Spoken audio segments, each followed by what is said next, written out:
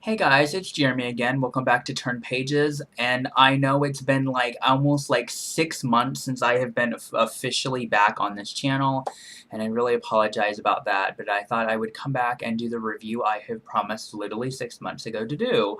So I don't really know what to say except for really life got in the way, and I was writing my book, and then I stopped writing my book. But if you want my honest to God opinion as to why I just haven't been making videos, for the simple fact that I didn't really feel like it. And I've really been contemplating the concept, the idea, do I even want to continue this channel? Do I want to delete all my videos? I would never do that because I know there are a lot of you guys who really do enjoy them. Pardon, sorry, something in my eye. So I'm here to do my review for City of Heavenly Fire by Cassandra Clare. This is the 6th and final installment of the Mortal Instruments series, and I have been reading this book for so long. I actually finished this about 3 months ago. I finished it back towards the end of March, and I'm just now getting to review it when it's nearly July. Okay, so normally I would open up the book and read the synopsis inside like I always do, but just like I did when I reviewed Clockwork Princess, I just feel like that would give away a little bit too much to the plot. So I'm just going to kind of go into this book. This will be a non-spoiler review, so if you have not read this book, you don't have to worry. There will be completely non-spoilers, that I will not spoil a single thing in this book. I might, this book was, before I really get started, when this book released, which came out on May 27th of 2014, right? Yeah, 2014. I started reading this book in August of 2014, and I did not finish it until towards the end of March 2017. So it took me a little over 2.5 years to finish this book. It's a huge book. It is 725 pages long, and it is the last of the Mortal Instruments series, which is a series I've been reading since 2011. First off, we're going to say I absolutely loved this book, and I gave this 5 stars. Loved it. I loved the characters. The characters felt exactly like they were in the first 5 books. I enjoyed myself. I enjoyed the stories. The only thing is, I'm not so sure it needed to be this big. I mean, this is the biggest Cassandra Clare book, or this is the biggest book she has so far. This was the only book she's ever written that's actually over 700 pages, and I can get on board with maybe like 650 pages, but I definitely don't feel like 725 was necessary. But it is what it is. We also get some new characters into the story. We get to meet Emma Carstairs and Julian Blackthorne, who are the 2 new characters that we will soon to meet in the Dark Artifices series, which, if you probably can't see that, but that shelf right there is my Cassandra Clare Shadowhunter shelf, and I do have both Lady Midnight and Lord of Shadows because I have a book haul coming right after this video. So I'm still going to be in this, and I'm not shaved because I don't care anymore. First off, I think this is my favorite cover of the series. This video is going to be everywhere, but I really like this cover.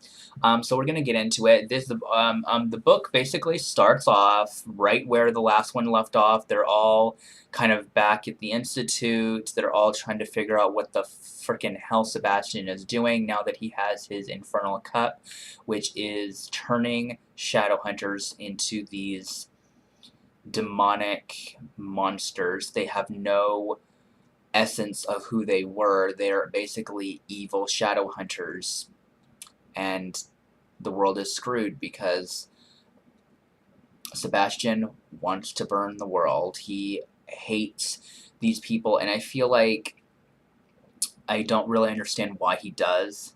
He's a very interesting and very incredibly complex character that I really enjoyed reading his story.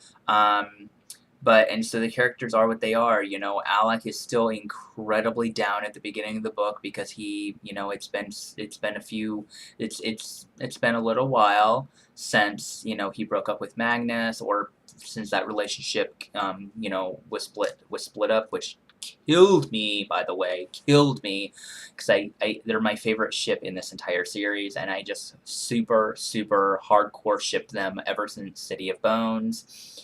And so we get to see a little bit more aspects to the world. We get to go at least for a little while back to Idris, who also known as the Glass City, and we have not seen it since City of Glass. It was really interesting to be able to see Alicante again and a lot of some of those places. I really cannot even describe how much I absolutely love the new characters we got to meet. In fact, this book actually officially opens up to a prologue, and that is our first introduction to Emma and Julian, and I love them so much. I think they are awesome characters, and I'm really excited to be able to have a entire trilogy being set around those two characters, because I'm really excited to see how different they're going to be 5 years later, because that's when that series sets up. We were promised when this book that 5 people we know by name will die in City of Heavenly Fire, and one of them is a boyfriend to one of our characters. That is like 1,000 million people. That could be Chase, that could be Alec maybe, or Magnus even, that could be Jordan, that could be that could be Luke. There's so many different people who could live or die, and some deaths I didn't see them coming at all. Some I kind of, as they were leading up to that moment, I knew it was going to be them. But but a lot of the time I was really surprised. And once again, don't worry, I won't spoil anything. But I guess I can't say too much from this because it has been a little while since I've read it, so not everything is fresh on my mind like it normally is when I do a review. So I'm sorry if everything is not super there, but just know, even though it took me 2.5 years to read this, I loved every single thing. And when you read a series and you're so attached to these characters, I wanted Clary and this is going to go to a place, but I wanted Clary and Jace to have like a sex scene. It didn't have to be super detailed, but I wanted them to have a moment, and I won't spoil anything, but they do have it, and it's not really gory. Excuse me. It's not like really graphic. It's actually very sweet, but it's really well written the way she wrote it. So and it's only the one scene, so it's not like this whole book is full of that kind of stuff, but I really liked it. The one thing that did, in fact, disappoint me in this book is, ever since the end of City of Fallen Angels, Sebastian has been doing what he was doing. You know, he feels very adamantly like what he's doing is right, and completely all of that. And then everything changes. He makes a decision towards the end of this book that I felt was incredibly uncharacteristic of him. He basically chooses to just drop everything that he's doing. I'm going to set this down because it's really heavy. But basically he drops almost everything what he was planning, does something else, chooses to trap some individuals in a certain place. I'm sorry, I can't, be super. But basically he traps them in the demon realms. Speaking of, they do get to actually visit the demon realms, which I actually absolutely loved, because we actually get to see what some of the demon realms actually look like, because I've been speculating what they've looked like for like 5 books, so it was really awesome to be able to see that in this book. But he makes a choice to basically change everything. All of his motives get just completely kicked to the curb, and I felt like that's not who you are. You don't just do that. You're not just going to be doing that for 3 books and then boom, just decide not to do it anymore. I don't know. That's the one part of the book I didn't quite understand, but it was very interesting. Obviously, I'm not gonna. This book's been out for like going on 3 years. Sebastian is one of the people that dies. We know that going in. I mean, come on. We know that. We know he's going to be one of the ones that die even before you open the book. So I was really very, very satisfied with this book. And as Cassandra Clare fashion, like the last 100 pages is basically tying up the story. It is tying up, making sure all the characters are in a really great place.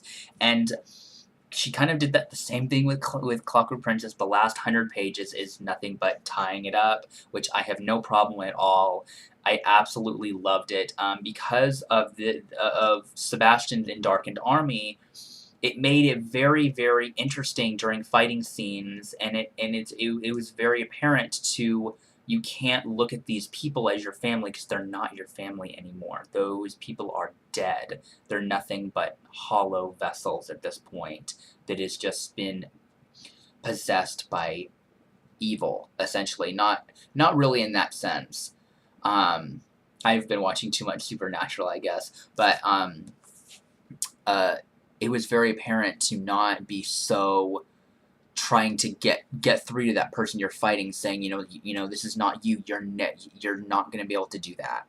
They're gone. They are so full of evil that you're not going to be able to get through them. The person they are long gone. But this book just had a lot, and having read this series for so long and finally being able to read the conclusion and finally know everything that happens, will always be one of my favorite series. This series I will always take with me, not physically, but I love so many of these characters. A lot of people have said they could not stand Clary and saying that she was such a stupid heroine or whatever.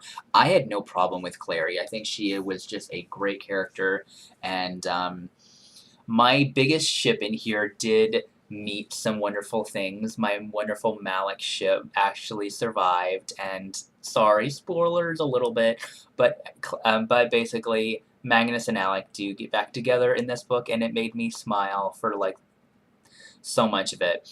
My only thing is I was expecting that to happen a lot earlier in the book, and that tended to not happen towards the last quarter or so. I was a little bit disappointed in that, but basically, Sebastian basically pulled off all of the efforts and made it where our heroes have no choice but to surrender to his conditions. But if there's a will, there's a way, and they found a way to defeat him, and it was just such a phenomenal story. This whole 6-book story was just wonderful. As much as I absolutely loved this book and loved City of Fallen Angels and loved City of Lost Souls, I still think my favorite book was City of Glass. I just feel like she did such a great job with the characters, the writing, the world building, the plot. Everything was just so great in that one, and it still is my favorite book in this series. It's actually the first. It's the first because with the Infernal Devices, the last book was my favorite of the series. It's kind of funny. Third book being favorite. So if you have yet to read the Mortal Instruments series, go for it. You can get the paperbacks, have all brand new covers. I've been debating if I want to get them, but I don't think I could read a book by Cassandra Clare in paperback. I've never read her books in paperback. They've all been reading in hardback.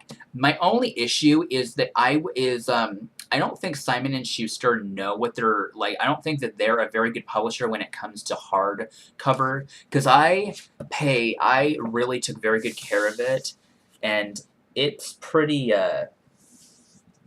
dented in as just, I was very careful when I was reading, but you know what? Look at that. See that it actually was a lot worse, but I don't know if I ever showed this in other videos, but if you open this, it also has this gorgeous illustration in the back, and overall, I really would just recommend reading it. I loved everything that happened. It kept me on the edge of my seat 95% of the time. I really liked how I felt like Clary really came into her own in this book, especially when she was trying to comfort Emma and Julian and their families, because they've gone through tragedy. I feel like she really came into her own. I feel like she really came into a lot of the things that she's been through. Kind of really came full circle, and she got to really experience the life of a shadow hunter. And I really enjoyed that. So I hope you liked what I said. I'm sorry this couldn't be more, but I really didn't want to spoil this one. There's every book review video on BookTube has spoiled the shit out of this book, and I didn't want to do that for anyone else. I'm sorry if I spoiled the whole Malik thing, so if you are disappointed by that, I do apologize. So I will hopefully see you guys soon in my next book haul. It's going to be a really huge one, so be there for that. I don't even know how many books there's going to be, but there's a lot of contemporary. So I'll see you guys soon, and thanks for watching. Bye.